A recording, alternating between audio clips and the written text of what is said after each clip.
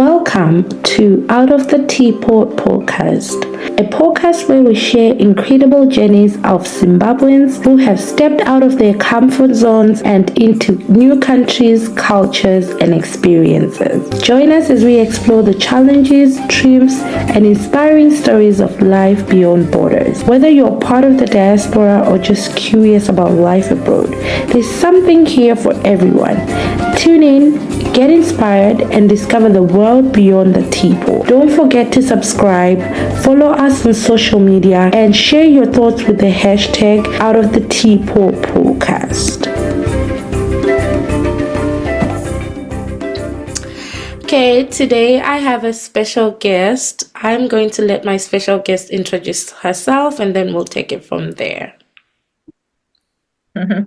Thanks, Tata. My name is Fiona. I am currently living in Kigali, Rwanda, and I'm from, let me say, Harare, Zimbabwe.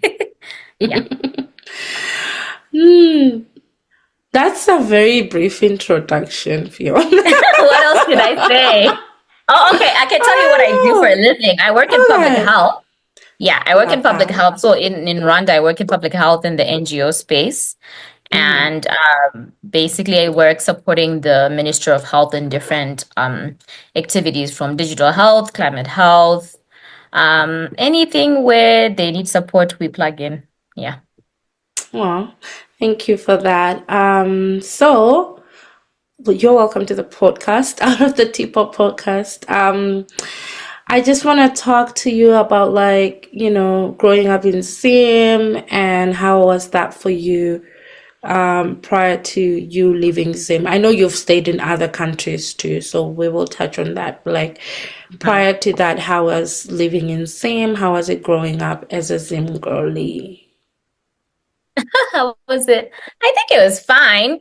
That's why I paused on that. That is Zim, because I'm like, well, okay. So I grew up, technically, I was born in Harare.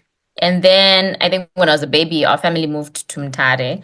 So I grew up in Mutare until I was about 10. And then we moved back to Harare. So then I always feel weird being like, I'm from Harare because I lived in Harare. I feel like I only lived full time in Harare for 2 years, like grade 5, 6, and 7 for 3 years. And then I went to boarding school, not in Harare. So, Right. so my family, I would say, is from Harare, like at least living there is Harare. But a good part of my childhood was actually spent from Tare. So when I think of my childhood, that's what comes to mind. But I guess overall, growing up in Zim, it was good. I think it was better before, like, I want to say the early 2000s, but that's a very Right. short period. But yeah, I feel like if I were to break it up in chapters, there's probably a chapter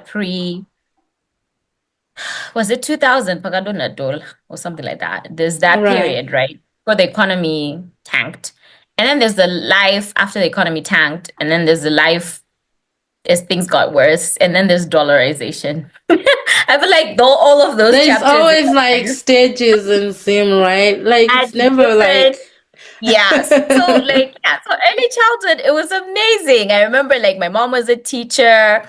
I like at least when I think of like key childhood memories, I always remember like trying to remember my mom's payday. So seventh Aww. grade, like the third Tuesday or something, third Tuesday or Thursday.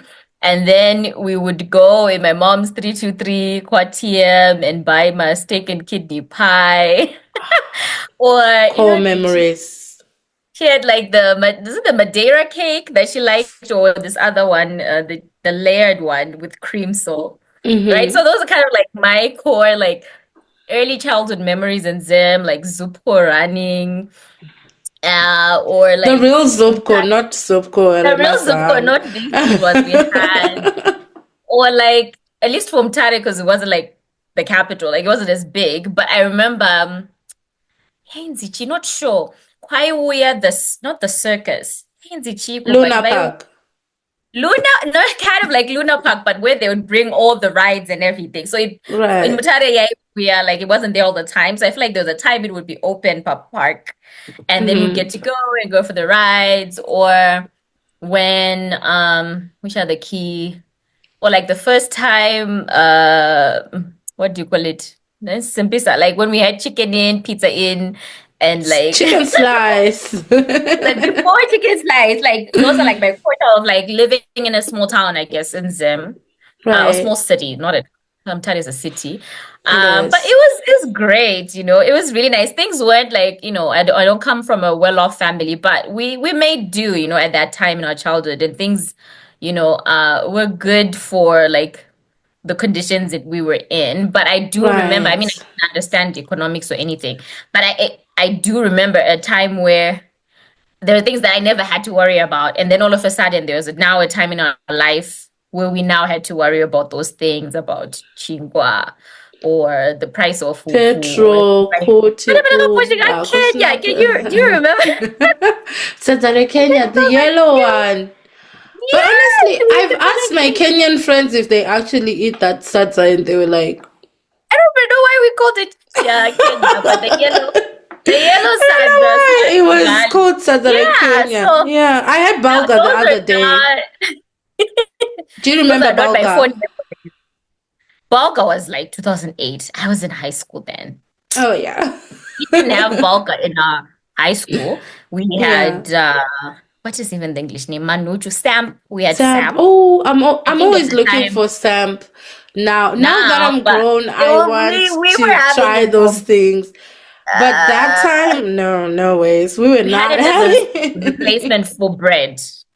I think it was Yeah. 2008. There's a time it was now a replacement for bread. Yeah, so that's what I'm saying. Like when I think early childhood in Zim, I have so many Mm-hmm. fond memories of like things just working and you know life being almost like maybe I'm romanticizing, but almost being so simple and we're just so happy.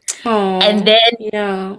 I think the happiness didn't go away, but like then things becoming very very hard It became real.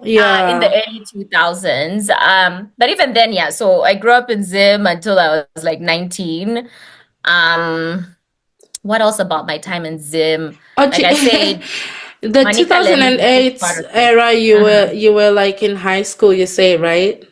Yes. So high school at that time, or at least for 2008, I was again, that's what I'm saying. Manicaland is a big part of who I am because, like I said, I was there until I was 10. And then actually I did my O levels school St. Augustine's Penalonga. So Oh, did technically I went back. you? Yeah. So Form 4, I was to St. Augustine Kwatambe. And that's where we weathered all this struggle. We wrote O levels 2008. We were like, everybody was made to go home Oh because the school yeah. couldn't feed us. Santago Sarama Ola, my Form 4s and A levels. You were in the same stream as me because we had the same thing. That time I was at Dadaya, and Mm, they told everybody else to go home except the sitting classes, and mm. it was crazy. I remember Tichichka, until you know how you boil beef, there's those things, no, saram poto shagai. I don't know how to explain it. Like those Yeah, I know what you mean. my Yeah, thing I don't even know is what they're called. my brown thing is nigga. That's Uh-huh. literally what they would say was our gravy. So as long as watombo fungi dziroti mamune nyama, you'd never see the meat though, but like you would see Who was eating the meat? mazerere. I have no idea, girl. For It us, was like 2008. Nobody 2008, was. I think we were down to like nyama once a week. I think they were giving us cabbage, mascati, nemaneru. That's why Yeah. I do like I hate cabbage with a passion. And No. I remember at some point the things people are now bringing a tuck, it was so horrible. Like people are now bringing matemba as tuck, and then you then add them even well uncooked to a sangan and cabbage. People were just doing whatever they could just They for that could cabbage to go down with the kutishite. sanda. It was so horrible. For us, it was beans. It It was beans. beans. Yeah, Beans. yeah. I I hated still beans. like beans, Form 1 and 2. but yeah, it was a So lot of 2008 beans. after the celebrators. So Dr. Beans, we actually were happy. This is better than Yeah, cabbage. it's better than cabbage Oh, for yeah. sure So because it got traumatizing, definitely. Well, with my teenage years. Oh, right. I just think of all that struggle. And then, what was it in terms of money? What was it called? We were still doing bearers checks back then. By the time we were in high school, my bearers checks and guy and that. We've used Bearers a lot checks of was things. My bearers there was bearers check. checks like My towards the end of bearers check. primary I know my school. bearers checks. Tata Pita Right, Matrillion, yeah. Nema Billion, that was high school. And and finish the 2008 semester. is when the dollar came, right? So it became But it like came after we finished after school, we're after we done. finished Yeah. the term long holiday. But Did you like also while we were have in to? school, uh-huh. Sorry. Did you also have to go to A level without your O certificate? Because I had to Yes, do because what that. we did, I think, because my salsa can't go Buddha, right? So a lot of the school, so I actually didn't do my A level at St. Augustine. So during the long holiday, I feel like not a lot, but at least some schools decided to not wait for the ZIMSEC results. And then they Right. started doing my Interview. tests. It wasn't an interview, but we actually had to my exams. So we actually had to sit for exams. So I Yeah. remember going, and then I took an exam at St. Dominic's Shawasha. So then they took us without the results coming out. My results are toro, and then I remember we had to get passes and go. So I had to literally trek all the way back to Mtare to go get my because they still Yeah. need them to for you to stay in the combination that you had been given. You For still had sure. to have For shown sure. my O level results. Ako had those results. So yeah, we started A level without our O level results. Yeah. That's the same that happened to me. My school was still waiting for ZIMSEC, so I had to go to another school to write the test thing. I went to Mambo and Mhm. I wrote the test and I passed. And then I had to, yeah, they also gave us my pass to go and look for our certificates. Turned out Mhm. the combination another chooser wasn't reflecting my certificate, so I had to shuffle a little bit.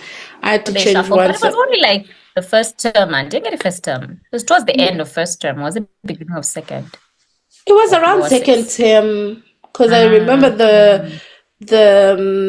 the class young Anchenda, the mem was not happy about it. She's like, we're almost done. You know, A level is only 2 years. We're almost done at the first year. So for you to, Mm. join, Oh it's not no. like Uchadzikisa my pass mark. Guess Why? who Oh. had an A mark in that thing? I'm like, girl, I'll Oh, prove the you. Actually, drama. she asked me to prove myself. She was like, Ukanyora, because we're going the exam re kupera kwe second term. She Mhm. was like, if you write this exam and you're not the number muswe, I'll let you in my class. If not, then you have to find another combination. So I had to write an exam for something that I had not gone to school for. And I was not number muswe. I was It's not the so second. hard. I was like even in the middle of the class, and she was like, "Okay, maybe you can come." Mm. I was like, "Okay, girl." Oh wait, so you did your high school at Christian your A levels at Christian Mambo. Yeah, Oh, yeah, I was really? at Mambo. Okay. I'm gonna help you on that. Yeah, so that was Zim. That was Zim for me. It's like, yeah, early childhood was great. The middle was very painful. And then I think things slowed, or at least things calmed down after the dollarization, after the GNU. At least when people were now getting paid in USD, and that was actually Yeah, the time at Tanga A level as well. I feel like even the fees, now I'm looking at the St. Dominic's fees, I'm like, oh my God, like for us it was like 500. It was still a lot of money, but it wasn't over it $1,000, wasn't crazy. Yeah, Um, and it was, it was still was hard, but it was doable. So it felt like things were stabilizing in a way. So my A level years were a vibe. I At love least that. coming out of that and like waiting for results, it was like at least those last few years before I then left were okay. Yeah. Let's talk about uni. Where did you end up Mhm. going for uni? Yeah, so I left in 2011, actually in August, to study in the US. So I went to a small liberal arts college called Bryn Mawr College. It's an all women's. It's in Pennsylvania. And how did I end up applying to Bryn Mawr? Yeah, I'm And like, yeah, let's go to how did you how did come I end up at from? a small liberal arts Yeah. college, which I think the total population of our 4 year, like was 1,200 students, it was like 300 and something per year. So it was really Right. small. Um, so I was like selected to be part of this program. At least it's called United States Achievers Program. People just call it USAP for short. It's since like changed in terms of its how it operates, but it's still the overarching same goal of increasing access to high quality education for students who come from low income backgrounds and pairing them and giving them access to scholarships and things abroad. So back then in 20, so I think I was selected my upper 6 year. So it was 2010. So technically we were called class of 2010. So back in the day, we were selecting 30 students per group. So they would send out all these applications across. That's why we had a Christian Mambo person on our cohort. And they would just send them across the country. And you were largely selected based off of your O-level results and part of your lower six report, and then teachers' recommendations, and you'd write was that Nicole? Yes. Yes. Because I'm trying to think who was it? Yeah, it was and Nicole, then I can only think about one person who studied in the US. So it was Nicole. Yeah. So she's the Mambo boy, I know for real. Yeah. So that's how I'm like, oh, you're into Christian Mambo, because I know Nicole. So we went through. So we applied, I think, lower six, third term, or was it first term? And then beginning of second term, upper six was when we met for the first time. And so we had a bunch of students from different parts of Zimbabwe. It was 30. They tried to, back in the day, they would try to make like 15 boys, 15 girls. And then you start this basically 1 year process to apply to US colleges and universities. So they also supported us through that. Like we did SAT classes and training, registered for the SATs with their support. Back then we were based at it was also supported through the US Embassy, the Education USA at Eastgate. So we would go there, take our lessons, and like in the back then, like internet was not really that as widespread. So we'd actually go and sit in the education center and use the computers there to access internet and submit our common app. So yeah, basically they kind of led us through, and I feel like I listened to Nyasha's episode, for example. So I feel like more better resourced schools already have this process where they will have a college advisor and they walk you through. So USAP kind of did that for us, for a group of individuals who they thought had the best shot at applying and getting scholarships outside. Yeah. Was this advertised at the school, or how was the opportunity sort of advertised to you guys? That's a good question.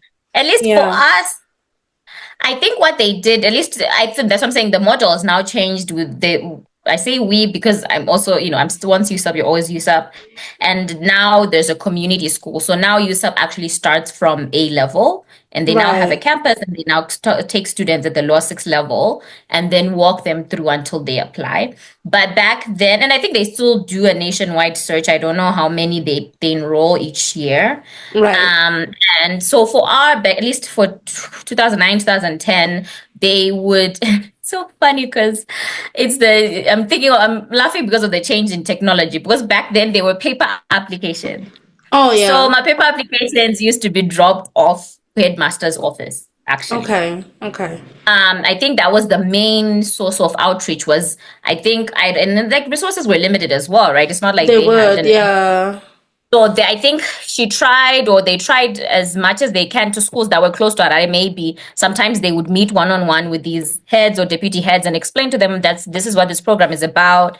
We have, and I think the original target was just targeting schools that produced high quality students. Yeah.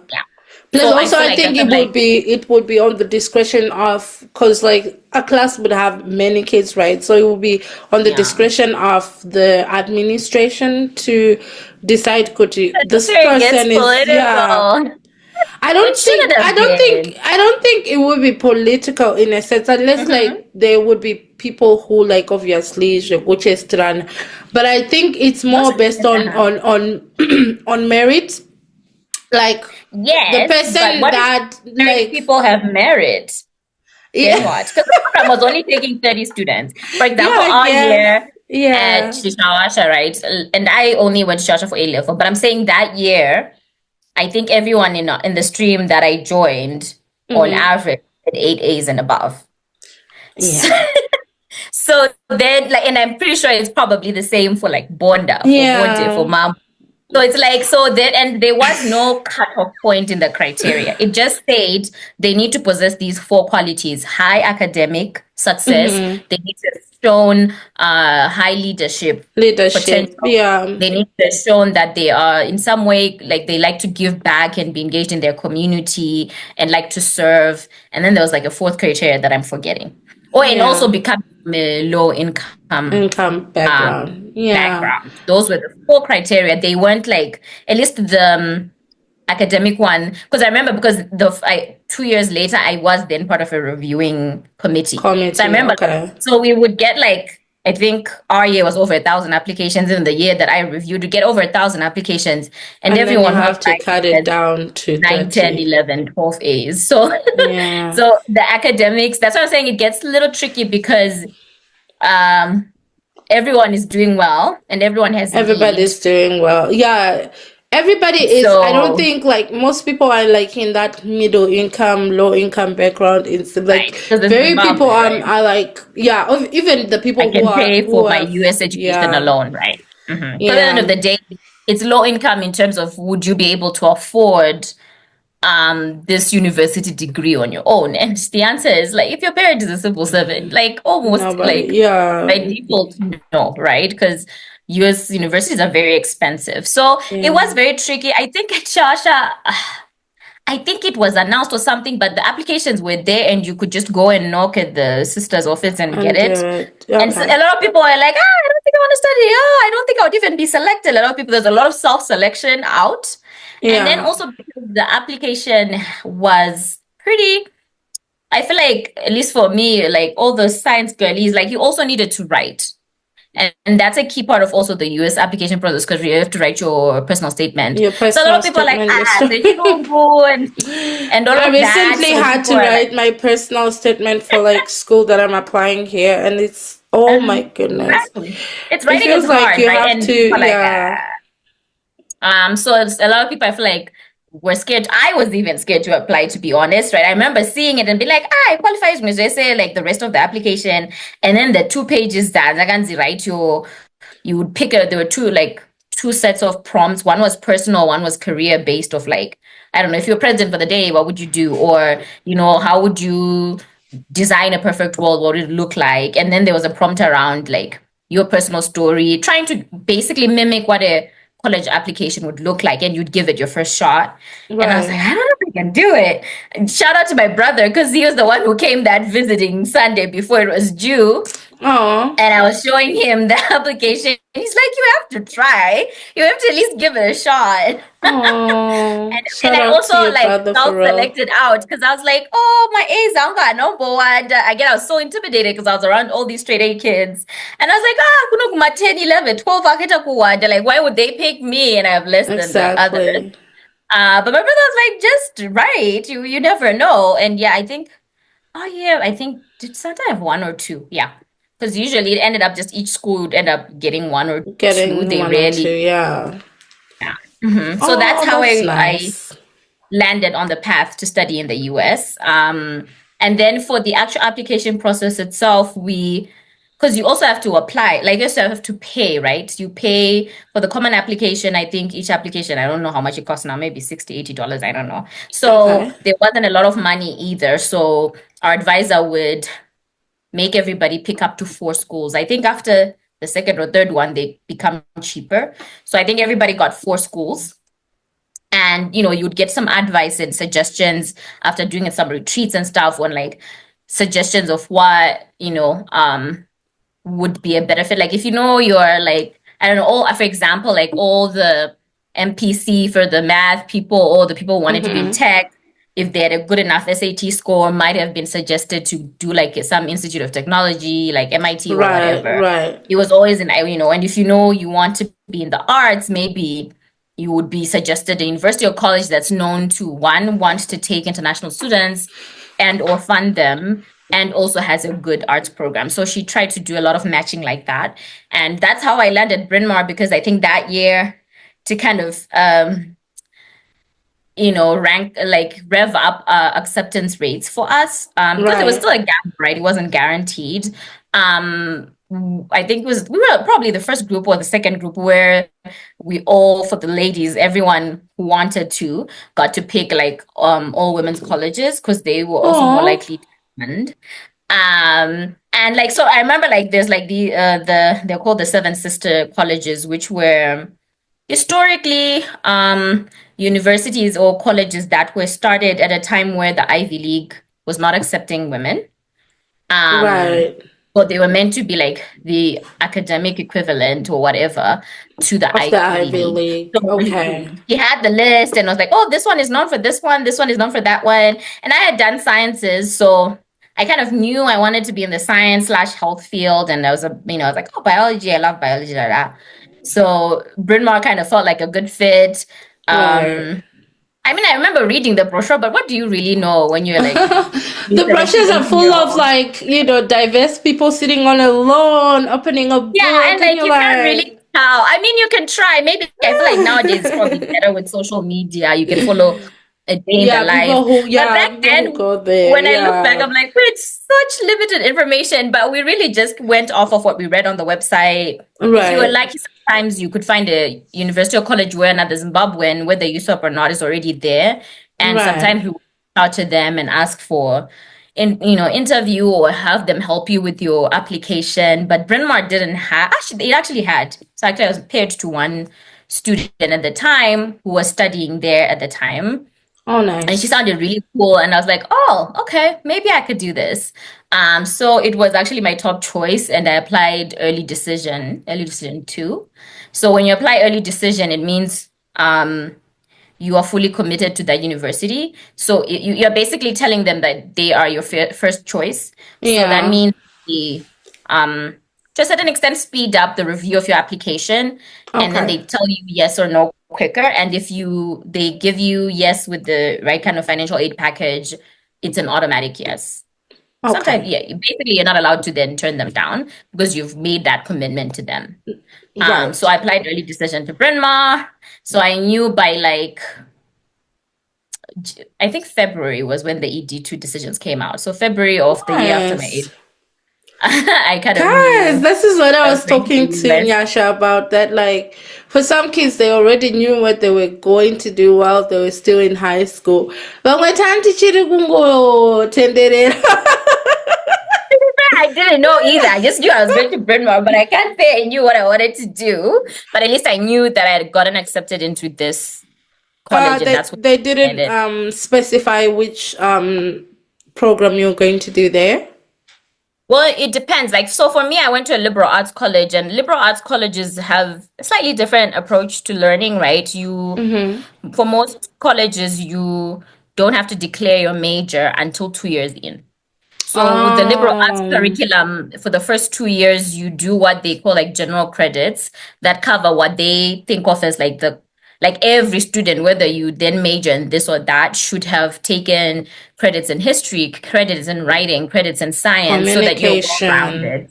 Yeah. And then from Okay. there, you pick a major and then you spend the last no, I mean you can still start some of your major classes in your second year, but you declare a major in your sophomore year, yeah, end of second year. So when you apply, I mean you can in the application I had like I'd also taken the SAT too, the subject tests, and I'd done pretty well in those. I think that was part of why Bryn Mawr kind of stood out to me because they were big on STEM, women in STEM.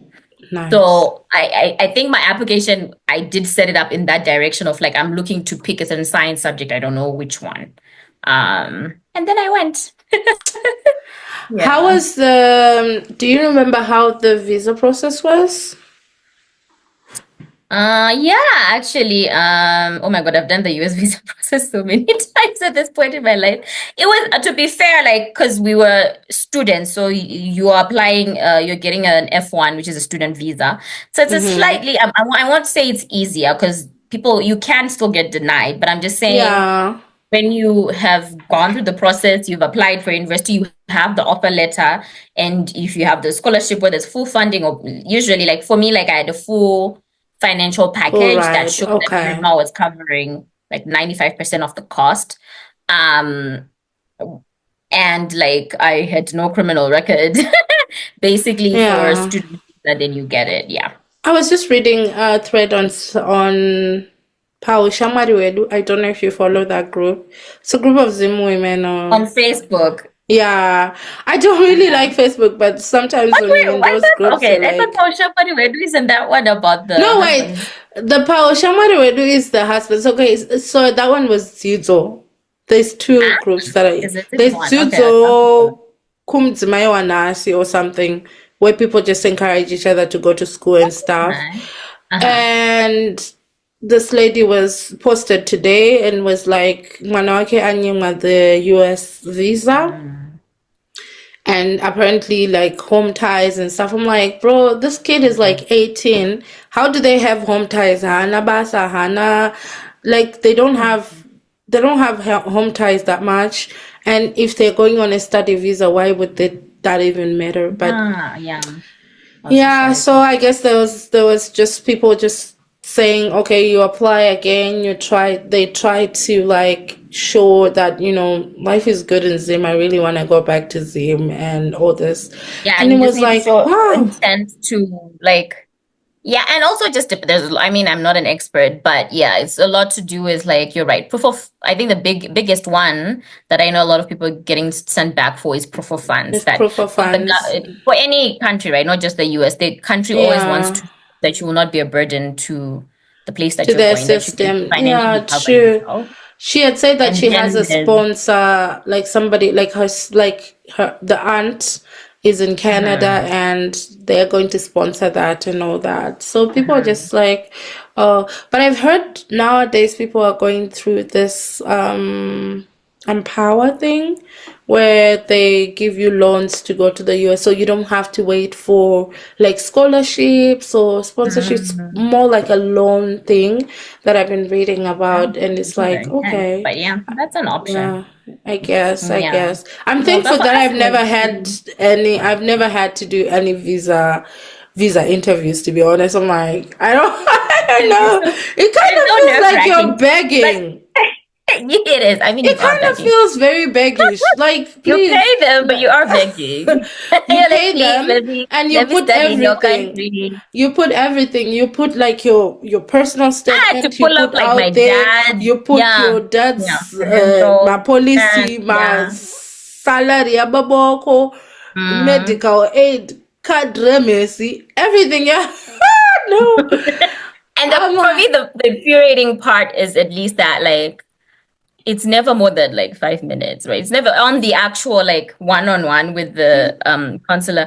Like it's never like 3 minutes because they've reviewed your application, and two, the person still looks at your stuff before, and then they just, it's more of like confirmation that you are who you say you are. Yeah. And then they ask you 1 or 2 questions, but I never get the sense that decision. It's done there. I feel like it's already done. It's like premeditated. I have a friend of mine who was like, I'm done. I'm never going to be begging like the Western people. Like, I'm never going to go anywhere where they need me to beg for a visa again. Because she went there and she was trying to go to Afro Nation and she was denied. But she was like, okay, yeah, fine. You denied me. But there was a guy in front of her. He works for the UN. He has everything. Like, he just wants to go for his kid's graduation. He obviously has the money. He obviously has a job. He obviously is doing meaningful work, but they still denied him. I'm like, yeah. It's honestly, it feels like a big black box. You never really, I've heard so many like refusal stories, and I've also had so many stories of people who even the proof of funding was like, towing the line of like, is this even true, or like, will this, and they still got it. So a part of it like really feels like you're just throwing it in a big black box and hope for the best, and then you just hope for the best. Okay, so let's talk about how it was like moving from being this kid who was in Harare Zim, this mission kid, moving to the US. How was that for you? It was wild. It was such a journey. How was it? It was scary at first. I think, I could speak of emotions, I was definitely frightened. I remember like crying at the airport when it finally hit me that I'm leaving home. Like, what? I'm just a baby. I I'm just a was like, what, 19? baby. And yeah, you I think were. the excitement, all of that, right? In the like leading up to leaving, I don't think it ever occurred to me that I would be doing it alone.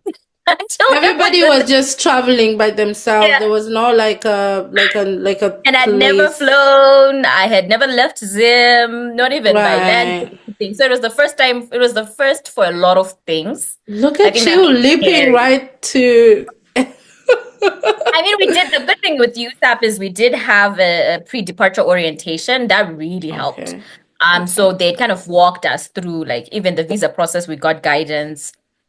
Even afterwards, like booking flights, that we had assistance for that. So you, of course, we had the training, but we still didn't have the practical experience of like going through airport security. Like I remember my dad trying to explain because he's traveled before, but it never clicks, until you're actually the one. You're actually traveling. Yeah. So even from the get-go, I was scared.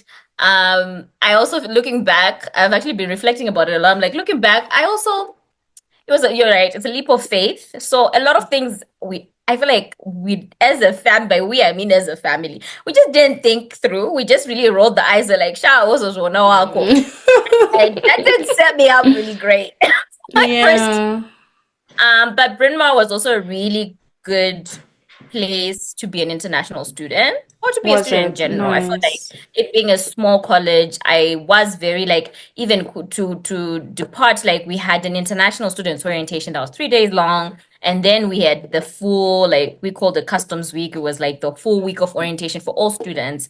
So at least we got there. I arrived like day one of the ISO. They had paired us with other, second or third year international students too. So I had someone meet me at the airport, Oh, that's take the nice. cab with me to go to campus. They, like international students orientation, they helped us open our bank accounts, get our social security. They talked us through taxes. So I had like my hand held all 4 years, right? I won't Oh, lie. So that was really nice. great. But it was still like that helped in terms of like the admin adulting piece of it. But we still had to figure out the rest of it alone, right? Of like being, one of few people with this skin tone, and to make it even worse, being one of few people from like an African country who's actually from, because I Right. feel like I made a lot of first gen African students who would be like, oh, my dad is from Nigeria, but I was born like in Maryland or something like that, right? So Right. I made a lot of friends like that. But in terms of like actual international students coming from, Africa, Africa. Caribbean, Yeah. yeah, we're very limited. I think our year to entity 4 or 5 or something like that. So it Okay. was a little bit lonely in that way, but you make your way as time goes. Lots of culture shock, of course. There's like culture shock for like different things of like, their food doesn't taste the same way. There's the weather. There was even accents, right? Because people will be like, oh, you Yeah. talk to me. And then it's the first time you realize you speak British English, you don't speak American English. So you'll say one thing and people will be like, what? I remember lawyer was a big one, even pedestrian crossing, robots, My traffic robot. lights, things like that. Crosswalk. So there was that, and having to explain myself over and over again that I'm from Zimbabwe, but we're a British colony, so I sound like this. Yeah. Um, And they're like, where's what? Zimbabwe? Yeah, they don't even know. They'll be like, oh, I know someone from Libya. I'm like, okay. Not What has not that my got to do with me? vibe. So there's all of that in the first year, and just trying to find your footing, also trying to make friends and be in Right. school. But you shake it all around. I feel like by second year, you kind of get you will find where you'll find your own Fit. community where you Yeah. make. And at the end of the day, I actually just started to enjoy it. And I feel like part of it is also because I went to a small liberal arts college. I really thrived in undergrad. I won't lie. Even through all the challenges I had, it still was a really somewhat not real representation of being in the rest of America, because it was such a little protected bubble. Cocoon. And they made Aw. sure that we were safe. And it's so funny hearing all these conversations about like DI and all of that. Like, oh, at Britma, we're such idealists.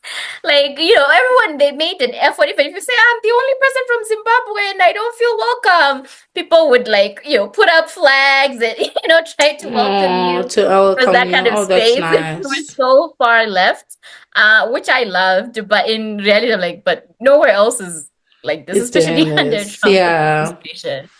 Oh, But it was a okay. really nice time, yeah. You stayed at that college for how many years? For 4 years. So I actually stayed on campus as well for all 4 years because we were not in the city. So Right. Which yeah, I state stayed were on campus. you?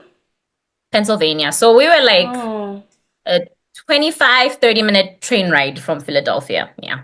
okay, nice. So we actually used to Look at go me to Philly asking for as if I know fun. anything about apart from what I see in the TV.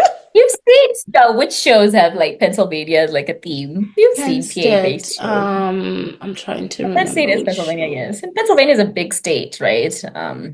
I know that, like, when I was watching Scandal, Pennsylvania was one of those key states that they needed to win. Yes, Oh, because I it's a love swing Scandal. state. In Scandal, kind of right. Yeah, it is a swing state. It was a swing state in the last election. Yeah, The yeah, last, that's the thing. That's the word. It was and a it's also a swing state. historical Yeah. state as well. Yeah. Oh, that's lovely. So during your 4 years in school, did you ever have to come back home or Yes, I visit? did. Yeah. No, I didn't have to. I think the first time I was for like it depends on I guess it also depends on the program you go to. Like my university didn't, like my scholarship package didn't have return flights. Some people who had went to like bigger, more funded universities and were fortunate might have gotten packages with like return flights, at least for the first Right. year. But I didn't Right. have that. So I actually went not knowing when I would come back, which I think is hilarious. But You at went least on a sim break? no, I mean, as in when I went to the US, I didn't have a return flight. I had no Oh, plan okay. or no financial that's plan to know when would I fly back to see my right. family again. Which I think, in hindsight, like that is very wild, but we did Yes. it. And then I think actually I was fortunate that Bryn Mawr had a lot of opportunities and funding for students to be able to pursue internships over the summer that will be funded by alumni programs and things like that. So, like, for example, at the end of my freshman year, I actually went back home because I was funded through this like Catherine Hepburn fellowship to do, Oh, you nice. could apply and come up with like a proposal basically of a thing you wanted to do. So I'd been working in HIV prevention. Like in high school, I was in our Youth Against AIDS club, and I knew the host organization that hosted all those clubs in high school. So I reached out to them and I was like, I'd like to continue this kind of work. Can I come to Zim and do that as my year one internship? They're like, cool. So then I pitched that and I applied and actually got, it wasn't a lot of funding, but it was enough to at least cover my Go flight home. to Yeah. go home and come back because summer is the 3 month break. Right. And at least to afford, and I was going to be living at home, so I had no rent. So at least to cover my flight and kind of like my day-to-day expenses for transport and all that. So I got to do my internship back in Nara. So I did actually go home 2012, but it was not as much. I feel like second half of like third year, fourth year, I didn't go home as much because I just didn't Right. have like those kind of opportunities. And the summers then I did other like internships in the US, so I didn't necessarily go home because either you go home, right, or at least the long breaks or the summer break, which is 3 months, or during Right. winter you had a month off. Those are the kind of times it makes sense. So I think like 2013 going into 2014, I was home, but I think that was the last time until graduation that I'd been home. Because you wouldn't like, I don't know, go home for 2 weeks, for example, right? Yeah. Of course, of At course. least not Yeah. as a There's some student. breaks that are just too tiny.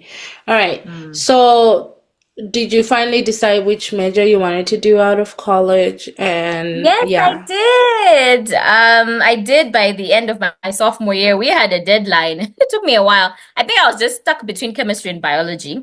But I ended up picking biology because I've always loved biology. Was my favorite subject. In O level, it was my favorite subject. A level, and I still continue to enjoy it. And also probably because I enjoyed it, I also did well in it, even when I got to college level. Right. And at the time, I was pre-med.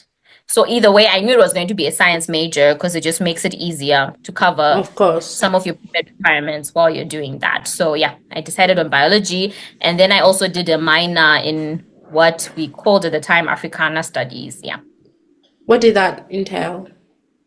So Africana Studies was like a blend of African history, African American history into one. Honestly, it was like our college's version of like an African Studies major, but they offered it as a Right. minor.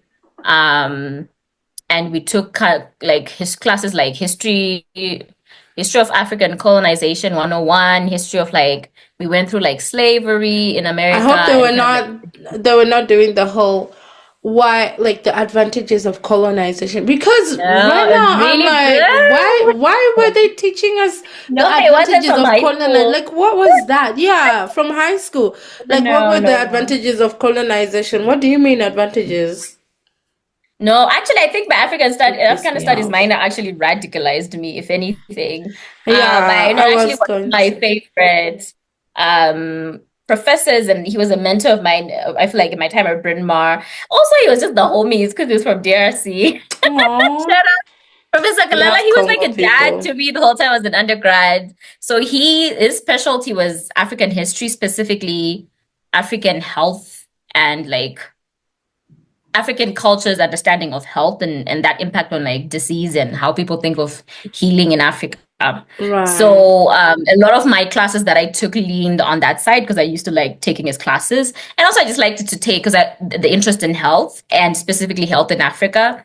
I right, took a lot of classes that aligned with that, and a lot of history classes, history of Africa classes that aligned with that. And then I also just it was nice since I was like, oh, I'm already in the US. I also learned African American history a little bit. I think we had one or two classes where we covered some of that, which was just helpful to get context of like what were a lot of my friends, and at least a lot of the friends I had ended up being Black students on campus. So it's just nice to right. understand where they're coming from and the history in which the country I was living. Yeah. So it's really Right. nice. Oh, that's beautiful. All right. So post like your graduation with like biology, how was that like now being, postgraduate? How would you then stay there or did you have to leave?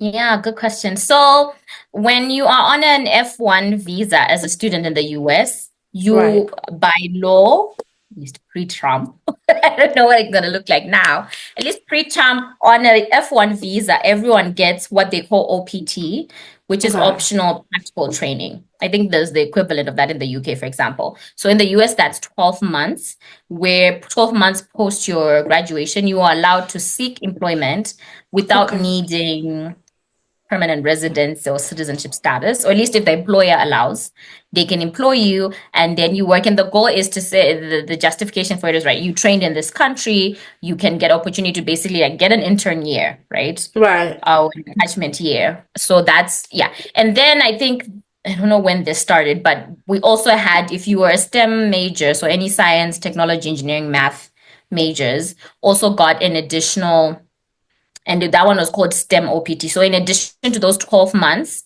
at least at the time when we started, Mm-hmm. there was an additional 12 months that you Oh, could okay. get. So So it's you had 24 24 months months. as a STEM major. And then it actually got changed to 36. So by the time by Oh, 2016, I think at the Obama administration, STEM OPT was extended to 24 months. So you actually could work for a total of 3 years in the US without needing someone to sponsor your green card.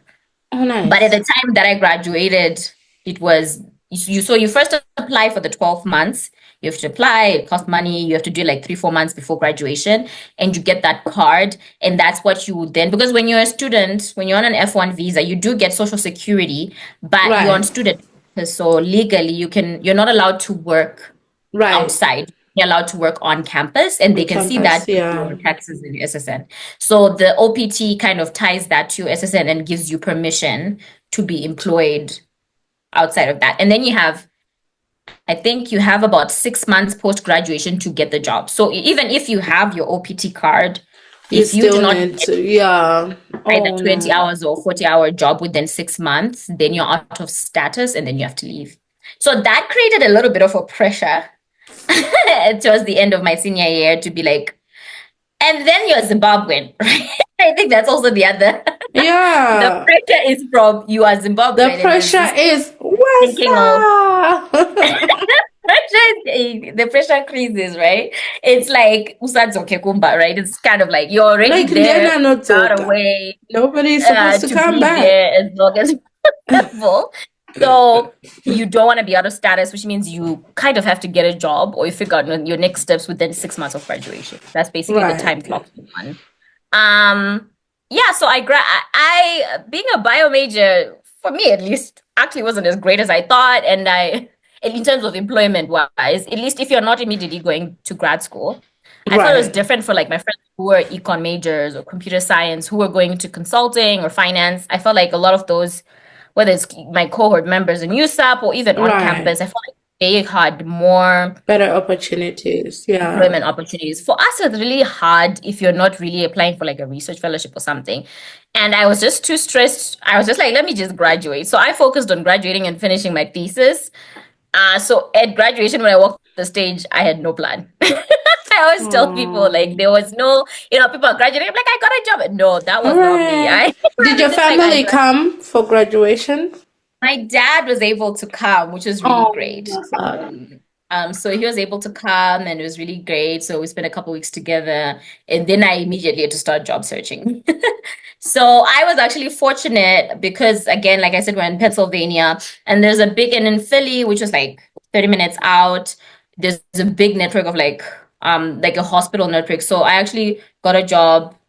It was June. I think I signed my contract end of June, Oh, nice. working as a research technician at Children's Hospital of Philadelphia, which is really nice. And I think at the time, what I was thinking in terms of my career was, I'm going to work and get some experience. And at the time, I was still pre-med, imagine. The whole time I didn't even want to be a doctor. But I don't know why I was doing this to myself. But at the back of the plan had been work, save up some money, take the MCAT, and prep to apply because even applications to med schools are expensive, right? So the plan was to use like the OPT and the STEM OPT period to prep for that next step, whatever that next step was going to be. It ended up not being medicine, by the way. Yeah. Spoiler. Spoiler. But yeah, so I was able to get a job working, which was actually, I think was actually very crucial for my career because I got a job in in a lab. My boss was a pediatric gastroenterologist. Okay. And she specialized on like upper GI tract diseases and she treated kids at the hospital. And so I was doing all her lab work basically. But because she was a practicing doctor, I got to shadow her. So that was actually really helpful for me because I think spending time with her, seeing her dabble as both a researcher and a practitioner made me see that maybe I don't want to be a doctor. I still continued, but deep down inside, I could tell. You're like, this is not thank really you. Get somebody else to do it. Right, but she was so nice and so cool. I think she almost convinced me. Stick with it, because she was a nice person. But I had to face myself and be like, she's great. She's a great boss, but that doesn't mean I want to be a pediatrician. Right. So that was great, and I was able to. And then after that, I think I worked there for like a year and a half. And then the announcement came that STEM OPT had been extended. So got an additional, as I was in the middle of shopping, so we got an additional 12 months. And then that's when I really realized I don't want to be a doctor. I thought I was going to do a medical degree and then do a public health degree and then somehow be a clinician who does public health work. And then I realized I don't actually want to practice medicine. So why should I go through this very arduous process of medical school, applying and all of that, when all I want to do is public health work? Yeah. So that was a big decision and took a lot for me. But when I decided that, I decided to leave the job and I applied and I was able to get this other fellowship actually through my undergrad as well, because we have a really good, strong alumni network. And sometimes alumni will have fellowships and programs that they specifically take alumni from that program. So I basically was admitted to a similar program. And then I moved to New York and was working as an intern, as a program. I think the title was program assistant at the New York State Department of Health in their HIV/AIDS program at the AIDS Institute. So it was more aligned because the guy there, he was a Haverford alum, and Bryn Mawr and Haverford have a consortium. So he openly took either alumni from Bryn Mawr or Haverford. I think there were like 6 to 8 of us at a time and he had applied and got a bunch of funding. So we weren't making money. We just made enough money for rent and food, barely. In New York City, but what it afforded us was the exposure of what it looks like working at a state level in like a health institution, and specifically for me focusing on HIV. And he also had global health interests, so he also had a smaller grant where he was also supporting like Nigeria, Zim, and a couple of other countries, which is a really good. Yeah, so I feel like that's probably why I also got accepted. And I decided to jump ship and I moved to New York. And then I worked in New York for, that fellowship was about almost a year, I guess 9 to 12 months. And then I applied and then went for my master's. I love when people have like clear stories like this, because the way I ended up in public health is just by chance. Literally just by chance. Like I literally... This is clear. This wasn't clear. Or at least it sounds clear when you say it. When you say it, yeah. No, yeah. You went to do biology, and then in the middle you wanted to do med, and then you decided, you know what, you're actually more passionate about public health and HIV and AIDS. I literally was just walking in the street and somebody was like, do you want to go to school? I'm like, I remember maybe. So like, when did you pick, right? Yeah, so it's so nice hearing people's stories that are like more defined like this. And yeah. Okay, so you went and did your master's in public health, you said. What did you have to do that in New York? You went to Columbia, right? Yes, so I did my master's at Columbia. Yeah. Which is perfect. I thought I knew that. I'm like, I think she went to Columbia. Yes, I'm a Mailman grad. Yeah, so Mailman is like the public health at Columbia. So we're actually at there are like two campuses. There's the medical campus and then the main campus a little lower in Manhattan. So I mean, I applied to so many programs. Again, being Zimbabwean, being an international student, I was looking for funding. I couldn't afford to fund a master's program. So I applied to a bunch of programs. And luckily, because I had been working and saving up money, that helped. And I didn't have to take the MCAT. I had to take the GRE. So I took the GRE, which is the standardized test for graduate programs in the US. Some programs still required, some don't at this point. But at that time, it was mandatory. So... And also it just gives you a competitive edge, right?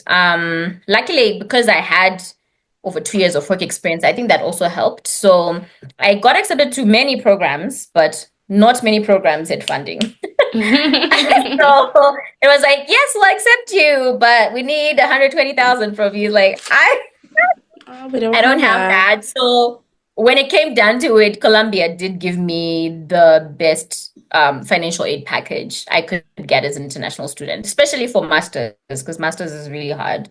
So I went to Columbia, and I think it was perfect in the sense that it was always been one of my dream schools because of how global they are in their reach. They have ICAP, which is kind of like their implementing NGO that is funded. I thought you were going to say that it was one of your dream schools because of Gossip Girl. Big. Growing up, we didn't have dish starter. I didn't watch Gossip Girl. I only watched Gossip Girl as an adult. I didn't have all this. You know, when I moved to New York, do you know what I did the first 6 months? I watched these New York shows. I watched Sex and the City. Because I was like, I never experienced like New York or US pop culture growing up. Yeah. So I was like, now I'm living in the city. Let me catch up. Let me see what they meant when they say this. So I only when I watched Gossip Girl, I'm like, she wanted to go to Columbia. But I honestly was just looking for funding. I won't lie. It was just funding and which university has global programs, because I always knew I wanted my work to be in Africa.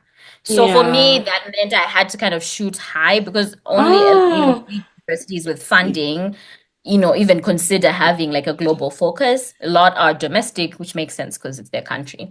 So Columbia was on the list. Like, for example, Hopkins was on the list for that reason. Yeah, John Hopkins. And because I was already in New York, I knew at least I didn't have to move states, which would be expensive.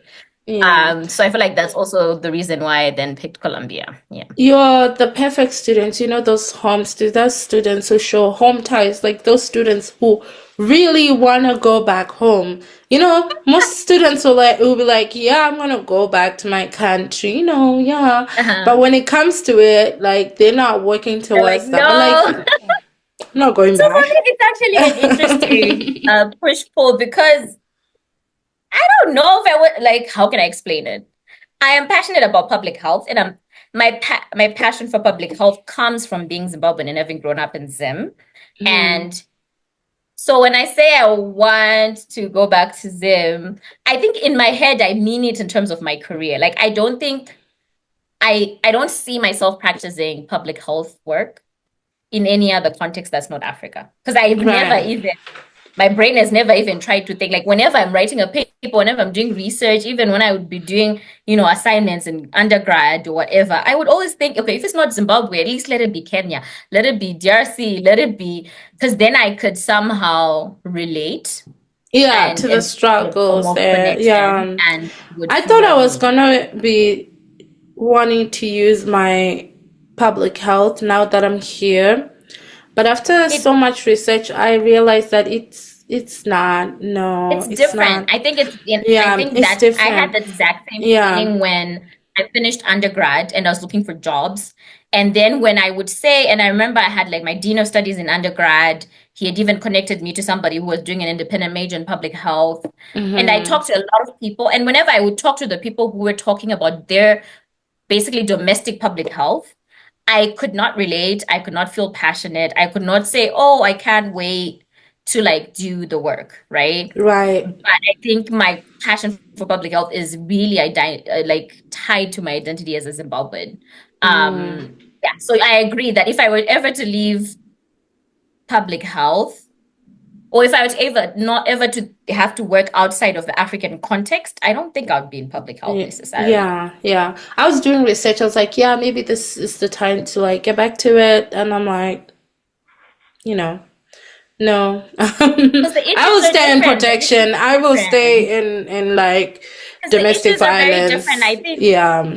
yeah, because the history of people and the health issues different countries, different cities, and different places face Yeah. is closely tied to the social, cultural, economic, and all of that. It So is. if It you can't is. relate to it, it's hard. Like, for example, like I have friends in public health in the US who work with like disparities they work on, and I understand like maternal health disparity of like Black women and things like that. But I didn't grow up seeing that kind of like That disparity, yeah, you get disparity. like, So yeah, it will be I hard. don't It will approach be it. hard to buy in.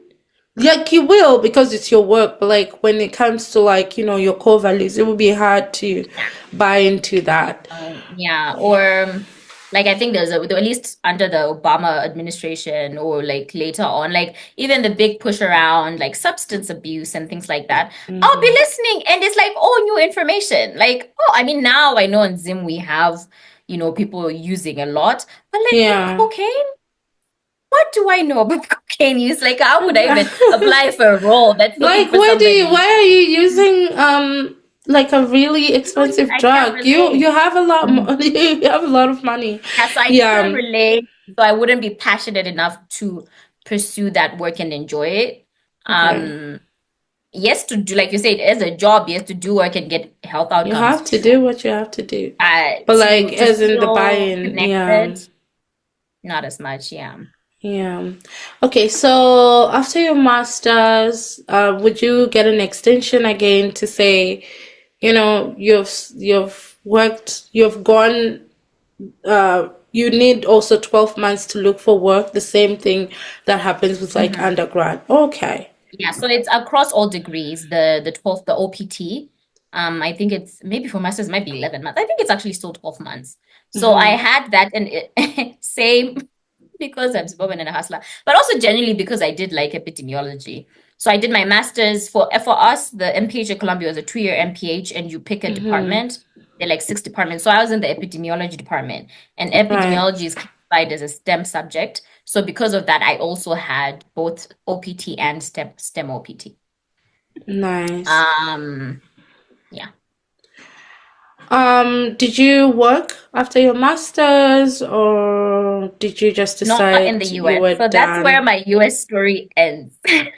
So I left the Right. US immediately after my master's. Okay, not immediately, about a month after. That's actually when I moved from the US and then moved to Kigali. Yeah, for a Oh, you job. got the job in Kigali then. Yeah. Okay.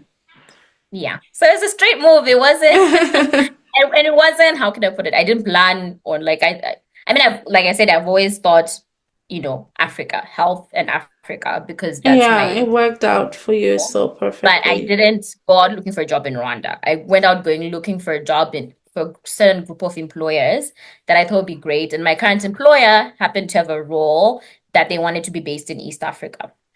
So it ended up being in Rwanda, and I moved. Your Rwandan life seems perfect. On Instagram, I'm like, oh my God, Did not this believe is the a hype. perfect weather. The hills, the trees, everything is green. She has a book club. She Oh like yeah. her apartment Rwanda is is cleared. beautiful. Like Everything is beautiful. And oh, it just reminded me like when I was in India, the group of students who were from Rwanda, they had this community and everybody would really, like I meet didn't. to make the ugali, the one with the cassava. Oh, I miss that thing. Mm, Yeah, mm-hmm. and everything is just so nice I and know what you mean. yeah.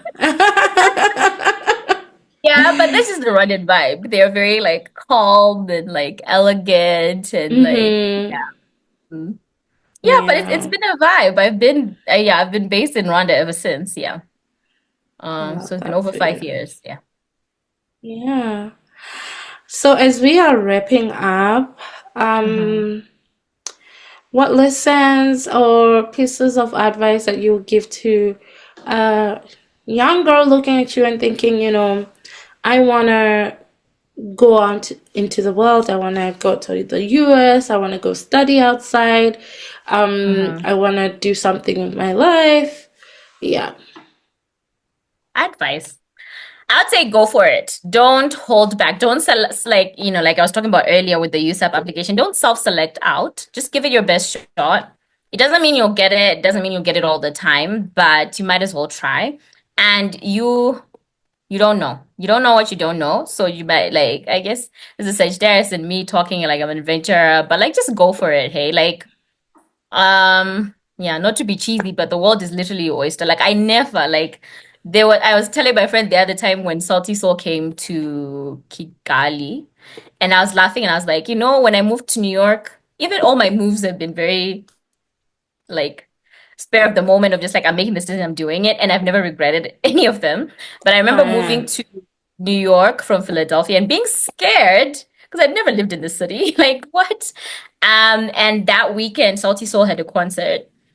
And then I went with my friends from Kenya, from Zim, and we're having a time, and they were playing Unconditional Bay, and then they were like, Kigali, Bujumbura, and I was even vibing in the crowd. I had Yeah. no idea that 3 years down the line, You'll be in I'll be Kigali. living in Kigali. Full But life circle kind of just moment. brought that opportunity on my Right. lap. And when it came to it, I had no reason to not take it. And so I did. And I didn't regret it. So yeah, sometimes that's just a good way to approach it is like give it your best shot. You never know. You'll get it. You might like think, oh, everybody else around me is the straight A's or whatever. But you Mm-hmm. also are bringing something, that could be of value. So do not sell yourself short. And even the more you try and you get the no's, you actually learn and grow for them, and you become better for even the opportunity that's supposed to be yours, right? Yeah. So go for it. Yeah. Oh, that's so beautiful. Thank you so much for taking the time to speak to me today. Every good thing has to come to an end. I always feel emotional I when know. in I'm like, interviews keep about. I think going. I have separation issues because I'm like, oh my God, it's almost over. Like, yeah, thank you so much for joining. This has been Thank lovely. you for having me. It didn't even feel like I was just rambling. Who knows what I've been saying on this? Girl, somebody And then said we a that good they time like to this catch podcast. up. Somebody said they like this podcast because it's like it feels like just talking. Like it's not.